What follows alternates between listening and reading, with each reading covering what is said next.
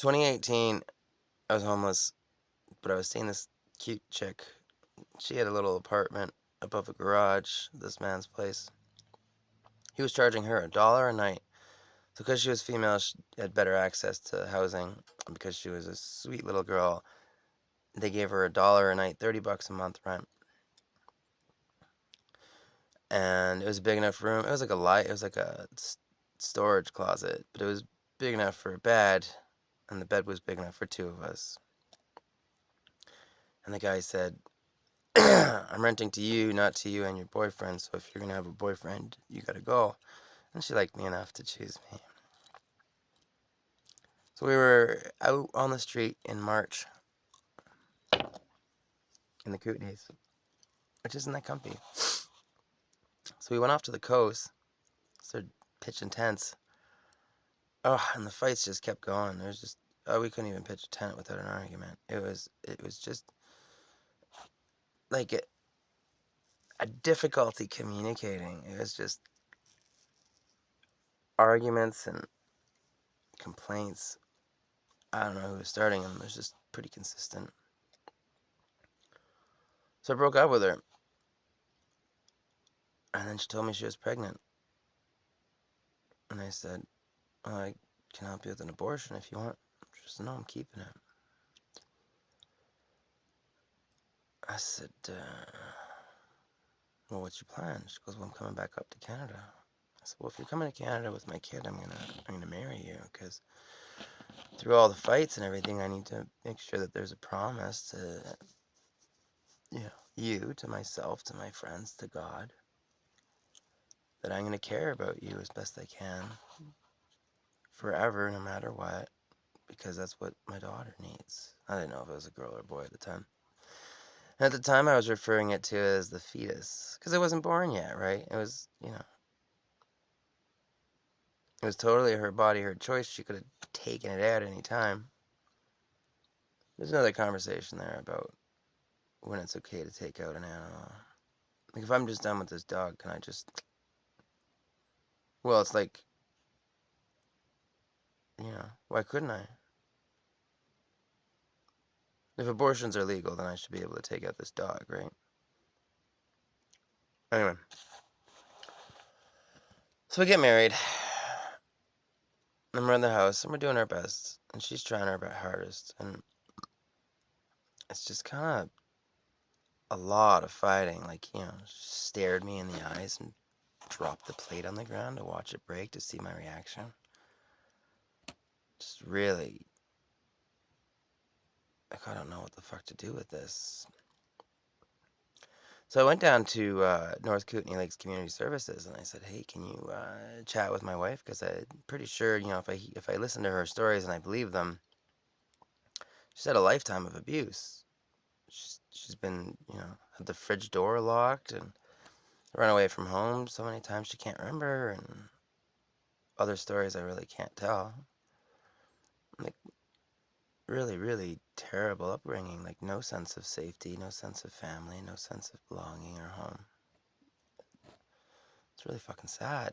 Can you help her to feel safe and to feel, empowered so that she can show up in this relationship?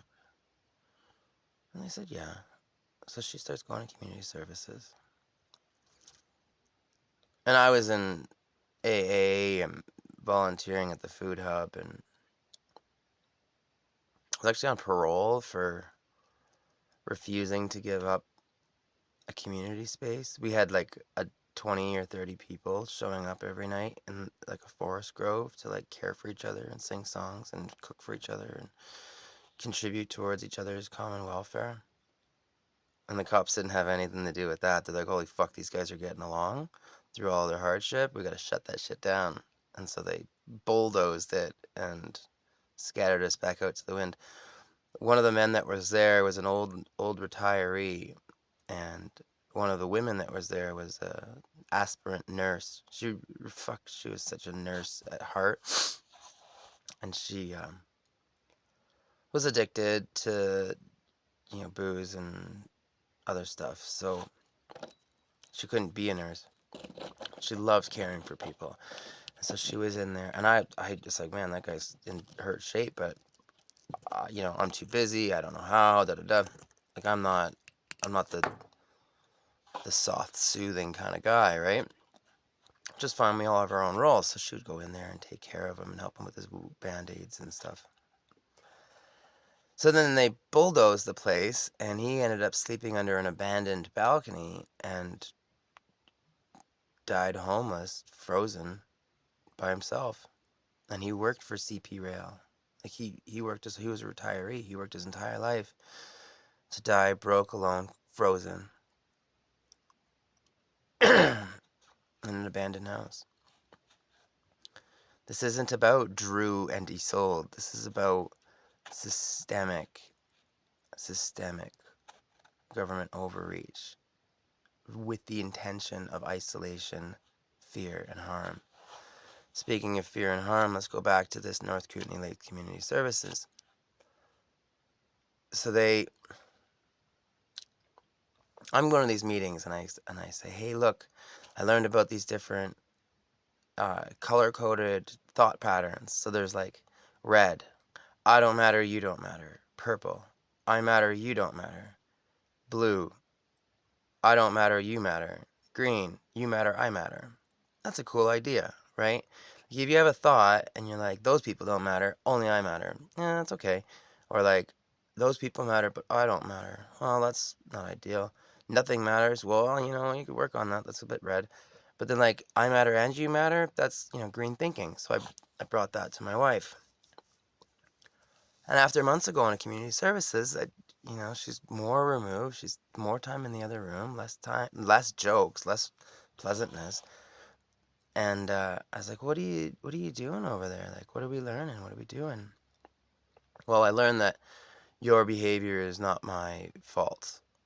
Well, a little bit, like not really. Like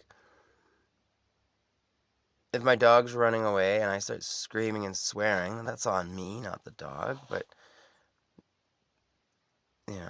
anyway, there is another part to that. But if I'm,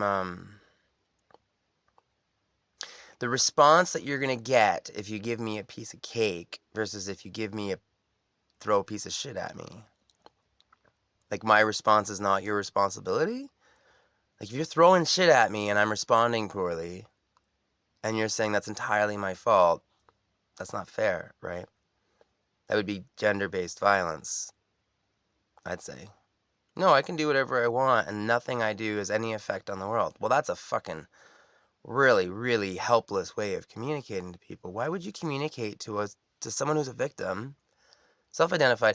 I'm looking for victims, sir. I'm looking for services for victims. Hey, are you a victim? No, I think, I'm accountable for my act. Well, then I can't help you. No, I'm helpless and useless. Oh, okay, well, then I can help you. We're going to help you to learn how helpless and useless you are. That's what victim services are. You don't get services unless you're a victim. And if you stopped being a victim, if you started taking accountability, you wouldn't get services anymore. It's in the fucking wording. It's in the title. You don't get help unless you're helpless. So you have to be helpless, which means that you can do whatever the fuck you want. You don't have any accountability, which is fucked. So now I'm responsible for other people's actions. Well, I took your kid away because of what you did. No, you took the kid away. And I'm not talking about Serena. Now here's the thing. If you and I went and bought a car, how does this work? You got the garage, and I got the mechanic skills. And then we buy this car together. And then you say that I'm a terrible driver and that I could harm the car. So then you take the car. Is it theft? Maybe.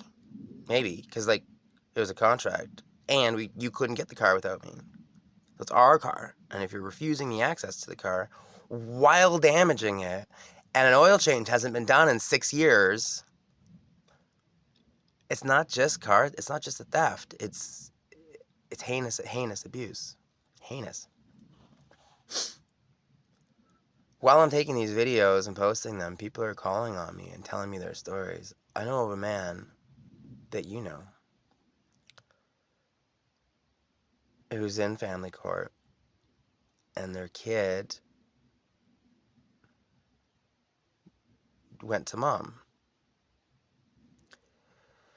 And the kid was having such a terrible time at mom's, and really, really terrible time at mom's, that they ran away from mom's and went to go live at dad's. Well, the cops caught word that the kid was living at dad's, and they put the dad in jail for child abduction. The dad went to jail for child abduction because the kid ran away from mom to live with dad. But when I went to the sergeant at arms, I was like, oh, you guys are here to remember freedom? Okay, well, it's not free if we're stealing kids. And they arrested me. It's only child abduction if the man does it.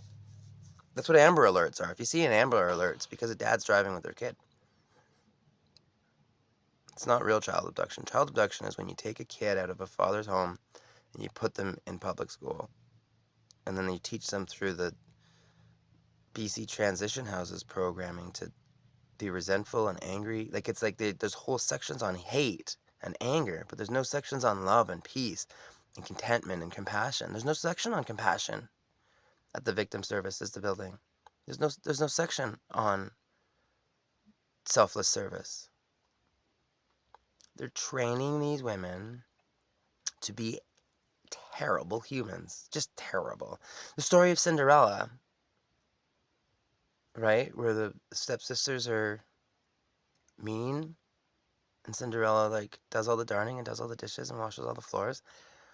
And then they go to the ball, and the prince has a whole bunch of mean women that are just like, oh, I have the coolest stuff. Look at all the cool stuff I have. Oh, look how great I am. The prince gives no fucks about that. But then when the woman had some humility and was like, hey, I know what it takes to run our households. I'm patient and kind and understanding and steadfast and hardworking. He married her. The prince married the woman who was humble and earnest. It didn't have anything to do with the fairy godmother making her look good. It wasn't about her pumpkin coach. It was about her mice friends and her horse friends and her dog friends and the quality of character that she developed through service. My daughter's favorite Disney princess is Rapunzel, who's trapped up in a high tower by an evil stepmother, taken from her father. And you know how Rapunzel saved herself? She saved herself with the help of her friends, with adventure and courage. That's how it's done.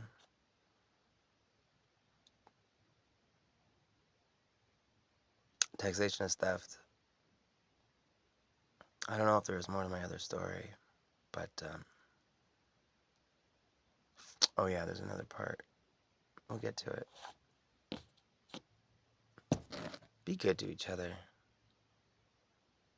If you're thinking this is me, I'm the problem, I'm not the problem. I can't be the reason why you're angry. You're angry.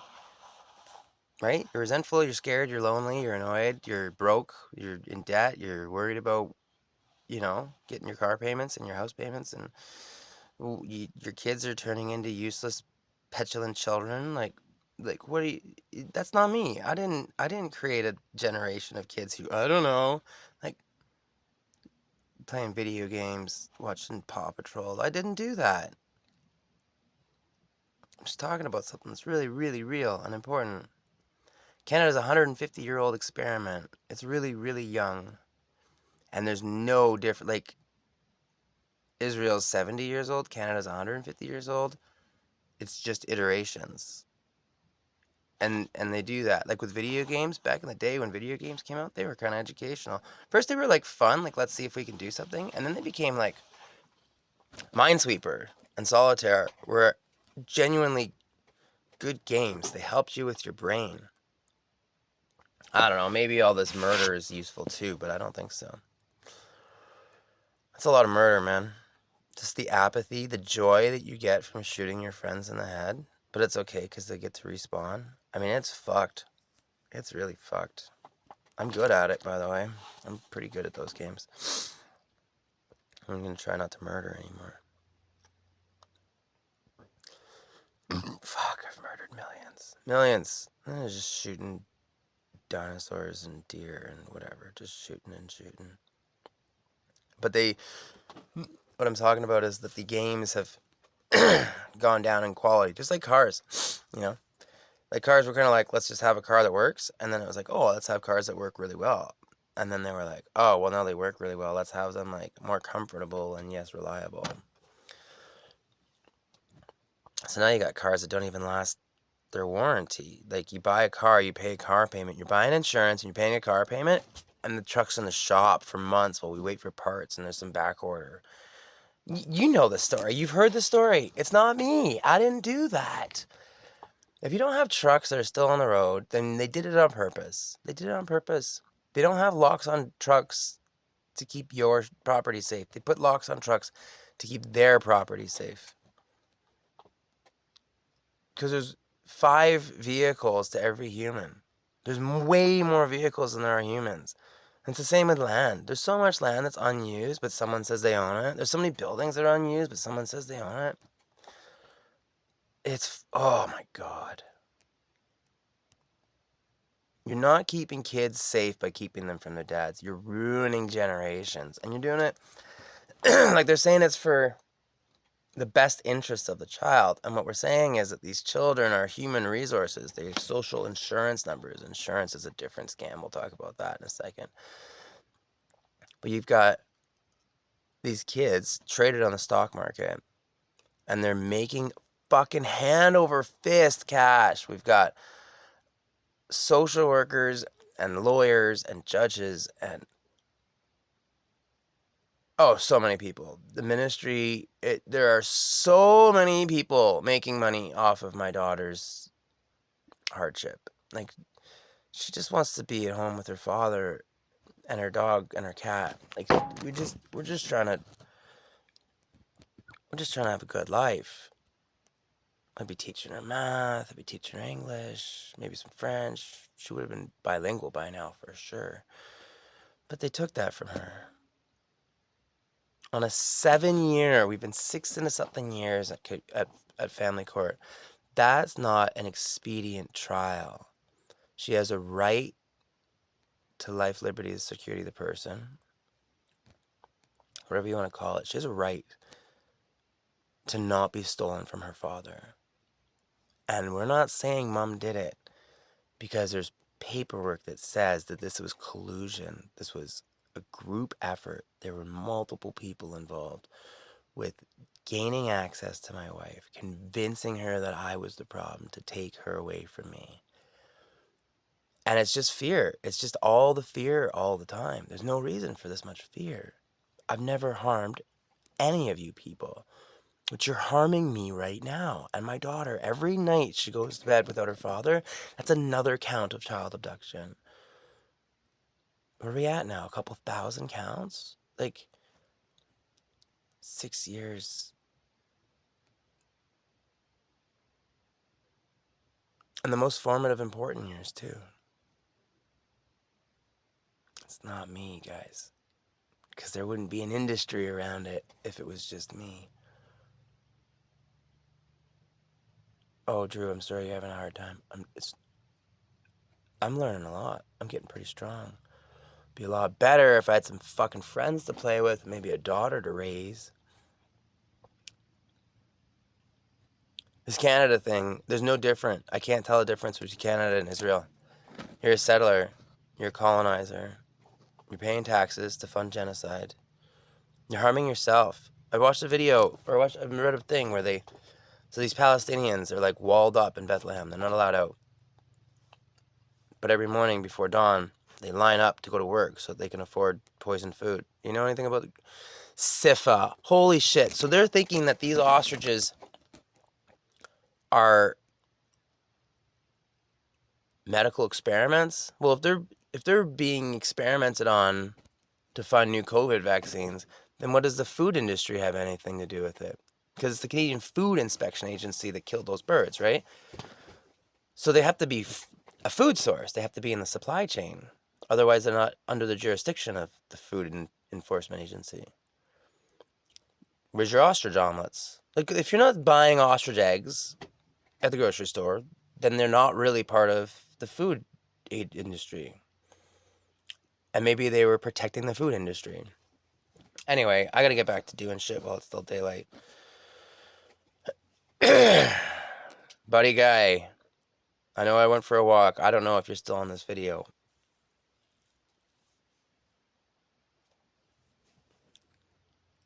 Come up to Bisbee. Let's bake something cool.